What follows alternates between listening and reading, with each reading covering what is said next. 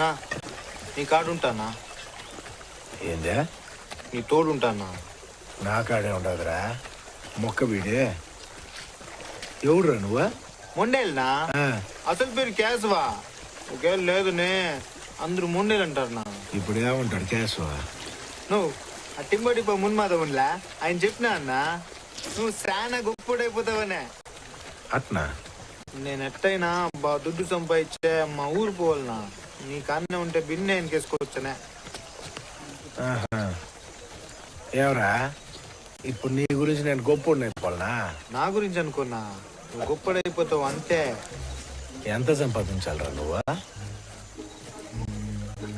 10 లక్షలనా? అంతేనా? సరే